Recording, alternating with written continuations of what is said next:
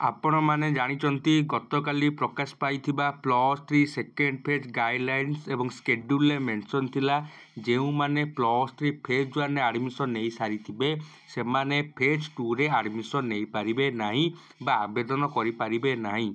किंतु एई भली अनेक पिला अछंती जेउ मानकु ए पर्यंत निज मनपसंदर कॉलेज एवं मनपसंदर सब्जेक्ट मिली नाही। तो एमती भी किसी पिला अच्छा जो मैंने भूल प्राइवेट कॉलेज एडमिशन नहीं सारी तो से निज मनपसंद ऑनर्स एवं कॉलेज पाइबाकु हेले से पुराना कॉलेज को बदलैवाकू चाहूँगी बा निजर ऑनर्स एवं कॉलेज को परिवर्तन करने को चाहूँगी। जेहेतु गाइडलाइंस रे आपण मानकर एडमिशन करिवार कौनसी भी मेंशन नाई बा उल्लेख नाई। तो अनेक जन पिला मेसेज करते जे सार आम गोटे ट्वीट करूँ जो ट्वीट मध्यम आम मैंने सरकार निकट को खबर पठेबू जे आम मैंने आवेदन करने को चाहूँ आमको आवेदन करने आलाउ कर दि जाऊ। तेणु आपण मानकर अनुरोध क्रमे मुझे एक ट्वीट करी मोर पर्सनाल अकाउंट रु आपण मैंने कौन करेंगे मुझे आम डिस्क्रिप्शन बॉक्स में ट्वीटर लिंक देदेवी।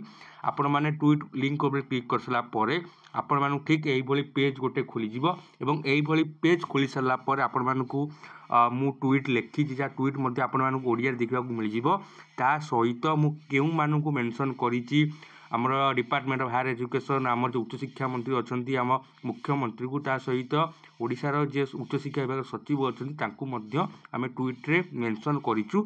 जदि आपण मैंने रिट्वीट करने को चाहूँगी यही ऑप्शन उपर आपण मानू क्लिक करने पड़ो। जदि आपण मैंने फेज 2 रे आवेदन करने इच्छा अच्छे आपणकर जब फेज 1 आडमिशन करी निजर मनपसंद ऑनर्स एवं कॉलेज चेंज करने को चाहूँगी तले ट्वीट लिंक उपर क्लिक करी सरकार को निकट को निजर अभियोग पत्र आपण मैंने पठे पारिबे। आशा करे आपण मानू डिस्क्रिप्शन बॉक्स आम लिंक रे आपण निश्चिंत जाई सरकार को रिट्वीट करि पारिबे। धन्यवाद।